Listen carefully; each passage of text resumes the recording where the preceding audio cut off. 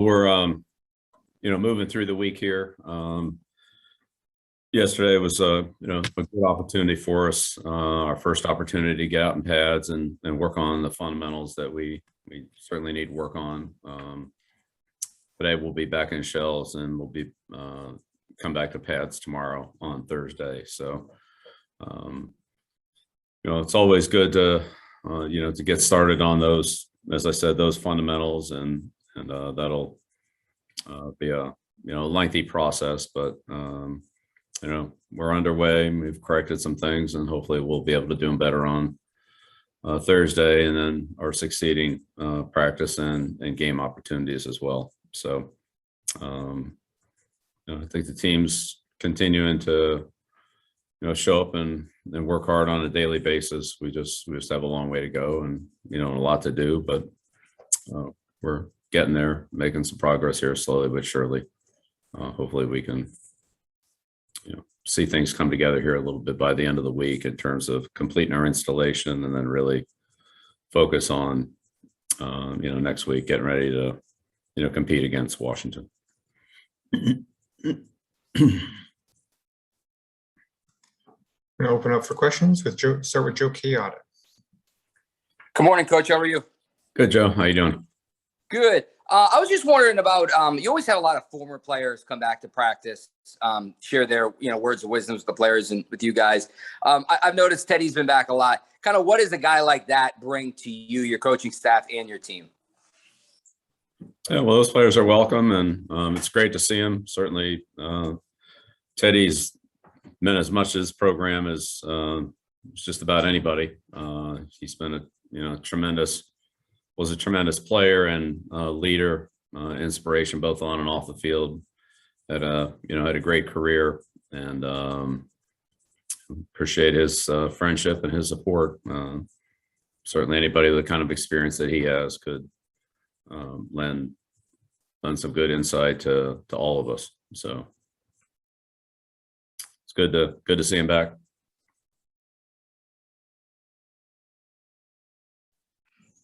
Next question, Chris Mason, followed by Phil Perry. Morning, Bill. Hey, Chris. So I know obviously before you sign someone like Nelson Aguilar, you watch a ton of film on him, but what have you learned about him since you've gotten him in the building this summer? Well, anytime you work with somebody on a daily basis and on an individual basis, you just learn a little bit more about their personality, their learning methods, and what they've done before, and how that relates to what they're being asked to do now. And that's different for each individual. So it's just building relationships like it is, building a relationship with anybody else. But he's been good to work with. He works hard. He's very detailed and wants to be detailed. Wants to do things the way that they need to be done, and be where the quarterback needs him to be, and with the right timing and so forth. He's got a good skill set, and he's been able to play a couple different positions for us, as all the receivers have. We've moved them all around a little bit here in the spring and in training camp, and so just continue to do that. Thank you. Yeah, you're welcome. Next question, Phil Perry, and I'd ask anybody else to raise a hand if you have a question. Hey, Bill, have a question. This may sort of get to your comment about fundamentals off the top, but it looked like there were moments yesterday where players were tackling to the ground, which I'm not totally sure if that's something you've done before in camp. Is that a change in training camp philosophy for you? And if so, why? Yeah, we've tackled before. We always try to do some tackling prior to the start of preseason games, so we'll continue to do that. Is there are there any restrictions, Bill, on players when they are doing that sort of stuff in the preseason? Obviously, you want to work on that part of the game, but I'm sure part of every team's focus this time of year is trying to limit injuries as much as possible too. Are there any restrictions, or do you have any messages for players before you get into that kind of stuff, or is it just kind of go for it when it comes to those spots? Well, we have various practice tempos, and that's something that takes a little bit of acclimation for the players. Though I think overall this group's done a pretty good job with it. But yeah, we have different practice tempos where certain things are permitted and other things are not permitted, and that can change from drill to drill as to how competitive we are, all the way to being fully competitive, other than the quarterback. So, but part of that is learning how to practice together, how to practice at a good tempo, where we can execute our assignments, work with the other side of the ball, but at the same time, try not to take any unnecessary risks. But at some point you have to learn how to play football. So that's part of training camp. Got it. Thanks, Bill. The next question, Henry McKenna, followed by Jim McBride. Morning, Bill. Henry? Question, are you willing to share whether you are vaccinated? Yeah, we're not going to get into that. Okay. Do you think that you will be disclosing at any point whether, what percentage of the team is vaccinated this year? Yeah, I don't know. Those are really medical questions. Okay. And then next last question. Nick. Go ahead, Henry. Thank you very much. Last question on that line is: Are you comfortable with where the team is in terms of vaccination at this point? Yeah, I mean we're here, we're practicing, we're going through our training camp routine and schedule. So yeah, that's what we're doing. Great, thank you. Next question, Jim McBride, followed by Ian Steele. Good morning, Coach. Jim. A lot of you front seven guys have talked about the excitement they have trying to figure out where they're fitting into your schemes. I'm wondering what that process is like for you as you learn where they best fit. Well, we'll see how all that goes. I think at this point, it's really more about trying to expose the players to the fundamentals and the techniques that they'll be playing, let them get comfortable with that. And, just kind of let them understand how to play a base block, how to play a double team block, how to, rush the passer from various alignments, how to run games, how to read certain plays and so forth. So that's really where we're at. We're not really anywhere close to game planning or, how are these guys going to play together, or where's this guy going to play, or that type of thing. We're really just trying to install the defense, understand what the terms mean, understand what our different alignments and movements are, how to execute them, and then at some point we'll start to put things together. What we've done so far is pretty basic. It's not, we're not trying to run any exotic things, and we're not ready to run them. And that's not really helpful for the offense to, have to deal with something that, might come up on a rare occasion during the season. I think what everybody needs right now is the basics, and then working the fundamentals and the techniques in our basic plays against, fairly basic plays on the other side of the ball as well. So we can,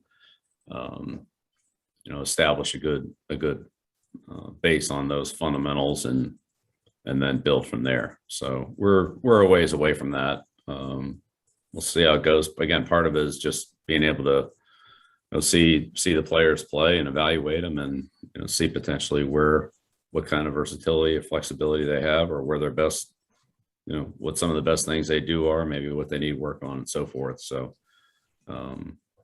those things are hard for defensive linemen. Those are hard for anybody to evaluate until you can have practices like we had yesterday, which was the first one of those. So it's hard to evaluate offensive and defensive linemen based on non-padded practices. But you can teach them, and we can learn what to do, and we can improve some of our footwork and fundamentals and things like that, but with no contact, it's hard to evaluate. Thank you. Sorry, I'm going to try to keep on schedule here today, guys. So I'm not going to take everyone's question. I'm going to go Ian Still, followed by Ben Volen. I think those might be the last two. Go ahead. Thanks, Stacy. Morning, Bill. Ian? You mentioned Teddy earlier, a couple other former players of yours, Troy Brown, Gerard Mayo on the coaching staff. How have you seen them develop as coaches over the past couple of years? Yeah, Troy and Gerard have done a great job for us. They both bring a lot to the coaching staff, to the team, to the entire organization. They obviously have a lot of experience, and they have a perspective on the game as players that most of the other coaches on the staff don't have, at least at the professional level. So, that's good. They work extremely hard. They're well prepared, just like they were as players, and they're excellent role models, and they're young. They're not that far away from when they did play, and can relate to a lot of things that the players are going through, whether it be time management and preparation for practice and how to study and so forth. And they're a great resource for those players, as well as for in general, myself and the coaching staff on those topics like that they were very good at and have more experience with than the rest of us do. Might get in two more. Ben Volen, followed by Mark Giardi. Morning, Bill. Ben? I wanted to ask you about Kyle Van Noy and Dante Hightower, two guys that have had a lot of experience in your defense, obviously leaders, and weren't here last year. Have you noticed their return so far? What has it been like getting both of them back? Has it been a seamless transition for Kyle? And with Dante, is he ready for football again after taking a year off? Yeah, it's been great to have both of them back. I think all of us need this preparation time in training camp. Some of the practices we had in the spring training camp to be ready for the preseason, regular season games. So I think that's across the board. Every player, every coach, experience with the team, not with the team last year, so forth. We all need that. That's what training camp's for. So, but they've done a good job. They're both very instinctive players, as well as have a good grasp and understanding of our defensive system. But beyond that, they're able to process information, a lot of it, new looks, new situations, and make good decisions, and also help their teammates execute in those situations as well through good communication or anticipation of a problem that they can recognize and adjust to pretty quickly. So yeah, it's been great having those guys. Great, thanks. We'll end with Mike Giardi, and Brian Belichick is standing by. Good morning, Bill. Hey, Mike. I'm curious, when you dip into free agency at various times, are there certain programs that you look at and say, the way they coach their players, we can sort of get a read on how that player will fit in our system and how their personality will fit in our system? Or is it just a case-by-case basis? I'd say everything's pretty unique and individual. All of us are different. All players are different. Our skills are different, and personalities are different, and all that. I mean, in the end, I think you're trying to bring people onto your team whenever you bring them on, and whatever that is, whether it's a free agent, a trade, a draft choice. You try to project that player into your organization and what his strengths are, and possibly what his weaknesses are, and how you're going to deal with those weaknesses. How, if you think you can change them or improve them, or put them in a situation to minimize them, whatever it is, that's all part of the planning for bringing somebody into the organization. Thank you, Bill. Okay. All right. Coach, Brian Belichick will be next.